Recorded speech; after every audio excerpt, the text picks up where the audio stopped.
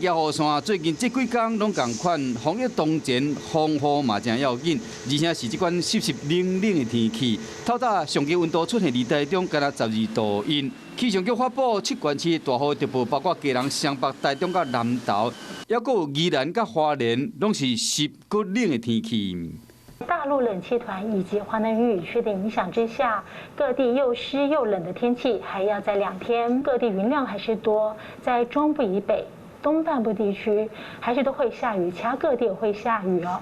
气象局长陈明典伫面册有放一张雨量图，北部、东北部拢是红的，就是雨真高。基隆百花甲宜兰有200米呢，中部以北嘛有130米呢。这场春雨看起来未结束，大雨会阁继续落。拜三又阁有一波锋面，甲大陆冷气团的落南，部分的所在恐惊会剩10度。从云量的预估图上也可以看到，因为华南雨区的影响已经离开了，所以在中南部地区还有澎湖、金门、马祖雨会停，甚至北部、东半部这些迎风面的地方雨会变得比较短暂。